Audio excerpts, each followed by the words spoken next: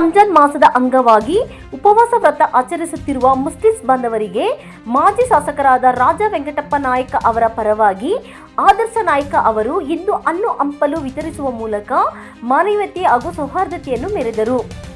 ಸಿರ್ವಾರ ಪಟ್ಟಣದ ನೂರಾನಿ ಮಸೀದಿ, ಮದೀನಾ ಮಸೀದಿ, ತಕ್ವಾ ಮಸೀದಿ, ಜಾಮಿಯಾ ಮಸೀದಿಯಲ್ಲಿ ಉಪವಾಸ ಮಾಡಿದ ನೂರಾರು ಜನರಿಗೆ ಹಣ್ಣಿನ ಕಿಟ್ಗಳನ್ನು ವಿತರಿಸಿ ಮಾತನಾಡಿದ ಅವರು, ರಂಜಾನ್ ಹಬ್ಬವು ಶಾಂತಿ, ಸಹಬಾಳ್ವೆ ಮತ್ತು ದಾನದ ಮಹತ್ವವನ್ನು ಸಾರುತ್ತದೆ. ಸಮಾಜದ ಎಲ್ಲ ವರ್ಗದ ಜನರು ಪ್ರೀತಿ ವಿಶ್ವಾಸದಿಂದ ಬದುಕಿದಾಗ ಮಾತ್ರ ನಾಡು ಸಮೃದ್ಧಿಯಾಗಲು ಸಾಧ್ಯ. ಈ ಪವಿತ್ರ ಮಾಸದಲ್ಲಿ ಸೇವೆಯ ಭಾಗವಾಗಿ ಕಿರು ಕಾಣಿಕೆ ನೀಡುತ್ತಿರುವುದು ನನ್ನ ಸೌಭಾಗ್ಯ ಎಂದು ತಿಳಿಸಿದರು. ಜಾತಿ ಮತದ ಭೇದವಿಲ್ಲದೆ ನಡೆದ ಈ ಕಾರ್ಯಕ್ರಮದಲ್ಲಿ ಮುಸ್ಲಿಂ ಬಾಂಧವರು ಶಾಸಕರ ಜನಪರ ಕಾರ್ಯಕ್ಕೆ ಮೆಚ್ಚುಗೆ ವ್ಯಕ್ತಪಡಿಸಿದರು.